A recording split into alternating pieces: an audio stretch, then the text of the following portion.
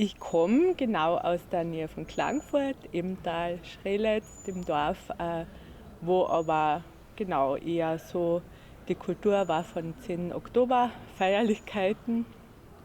Und bin mit 19 weggegangen mit fliegenden Fahnen aus Kärnten und bin aufgewachsen noch in einer Jugend, wo Jörg Haider Landeshauptmann war, wo über die Hälfte die FPÖ gewählt hat und ich habe viel gestritten, ich habe viel einfach immer wieder mich eingesetzt halt gegen Diskriminierung, gegen Rassismus und habe wirklich mich auch ein bisschen allein gefühlt in Kärnten, damit mit meinem Denken, mit meinem Fühlen und bin mit 19 weggegangen. Ja, und da hätte ich eigentlich die Partisaninnen gebraucht schon. Es war interessant, weil ich nicht in Slowenisch aufgewachsen bin, aber das mitbekommen habe, passiv in der Familie teilweise. Aber ja, ich habe da eine slowenische sprachige Kultur kennengelernt, die halt sehr dort halt einen Ort findet, wo sie leben kann, wo eben Slowenisch gesprochen wird und wo nicht das so negativ behaftet war, wie da, wo ich aufgewachsen bin. Ja. Mein Vater, der hat nicht viel Slowenisch gesprochen mit uns, bisschen, aber ich glaube, es war auch sehr schwer, weil wenn er ins Gasthaus gekommen ist und ob er dann gesagt hat, das hat schon gereicht, um irgendwie sich Feinde zu machen. Ja.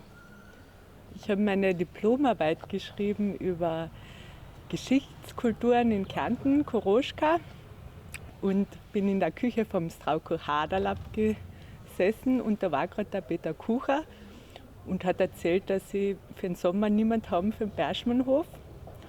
Und weil ich sowieso meine Arbeit schreiben wollte, und habe ich mich angeboten und habe dann im Sommer zusammen mit dem Valentin Simmer am Berschmannhof verbracht und dort als Kustodin gearbeitet. Und ich habe ja dann noch in Berlin Geschichte studiert, auch ein bisschen aus der Erfahrung und soziale Arbeit. Ich arbeite jetzt aber eher als Sozialarbeiterin. Ja.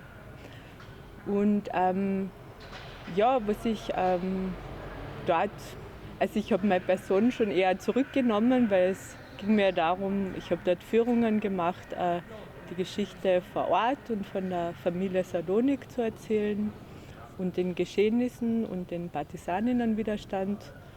Und ich hatte aber auch sehr oft Gespräche mit den Leuten nach diesen Führungen, habe auch immer Reindling mit draufgenommen und Kaffee gemacht, damit die Leute, die halt reden wollten, auch da sich austauschen konnten. Ja. Und so habe ich das auch oft gefühlt, als eine Mischung aus so Geschichtstradierung, aber auch fast soziale Arbeit oder Biografiearbeit, weil man sehr oft mit den Leuten so in so persönliche Gespräche kommt oder auch Leute, die keinen Bezug haben, familiär da sehr berührt sind. Und ich fand das immer auch sehr interessant und also einen besonderen Ort, wo halt Leute wirklich sich da auch auseinandersetzen mit dem Geschehenen und da, wo man da irgendwie persönlich wachsen kann miteinander auch. Ja. Und auch oft schwierige Themen natürlich, ja, die da unangenehme Themen, die da möglich sind. Ja.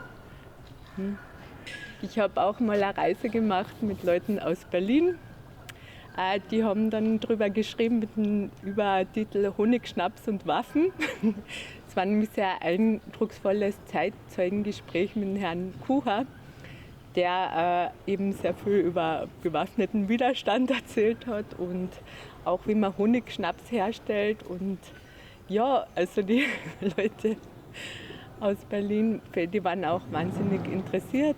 Es gibt auch wirklich oft internationale Gäste am Berschmannhof. Einmal war Besuch aus Australien dort im ersten Sommer, wo ich dort war, und ja, oft ja aus Deutschland Leute und was weiß ich, aus Frankreich. Und es gibt schon einfach diese auch so internationale Vernetzung, die ich sehr schön finde. Ja, es ist einfach schräg, dass der Ort einfach in Kärnten teilweise unbekannt ist. Ja. Das wird noch einiger, glaube ich, Zeit und Arbeit brauchen und vielleicht auch die Bereitschaft von allen. Und ja, dass es auch einfach diese getrennten Geschichten in Kärnten mehr zu einer werden und die Partisanen da halt einfach den Platz einnehmen, den sie verdienen. Ja.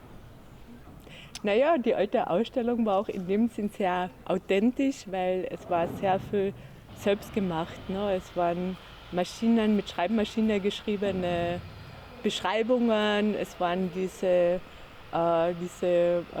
sagt man, diese Skulpturen noch, aus innen aus Styropor, aber Gold angemahlen von berühmten lokalen PartisanInnen.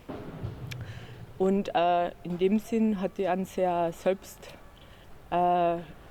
gemachten Charakter gehabt und man sieht einfach, hat gesehen, diesen großen Engagement von den Leuten, dieses Museum dort zu haben und aufzubauen und ja, so gut wie möglich zu machen. Ja. Ich freue mich auch über die neue Ausstellung auf jeden Fall. Sie ist schon, natürlich ist da viel mehr Geschichtsarbeit passiert und einfach Nachforschungen und auch gerade diese Gerichtsprozesse und das ganzen Thematiken. Und das unterstützt dann auch wirklich, finde ich, in den Führungen, wenn man einfach mehr historisches Wissen auch hat, weil gerade früher sind oft Leute gekommen, sind halt mit ihren Tradierungen gekommen und waren oft sehr feindlich gegenüber dem Berschmannhof. Und ich finde es einfach schon gut, wenn man da auch wirklich wissenschaftlich argumentieren kann, dass es da Aussagen und Forschungen gibt, wie über die Geschehnisse dort und nicht da sich berufen muss auf genau diese Oral History Quellen, sondern einfach das hinter sich hat, auch als Unterstützung. Und ja, ich wünsche mir, dass der Berschmannhof stabil finanziert wird und transparent, dass man dort arbeiten kann und dass die Leute, die dort aktiv sind, so unterstützt werden. Ich wünsche mir, dass der Landeshauptmann oft auf den Berschmannhof kommt, den ich ja schätze. Und dass es einfach weitergeht, das Gedenken, dass es erhalten bleibt, einerseits als intimer Ort der Erinnerung und des Widerstands, aber auch offen ist für alle Leute, ja, um die Geschichte dort kennenzulernen.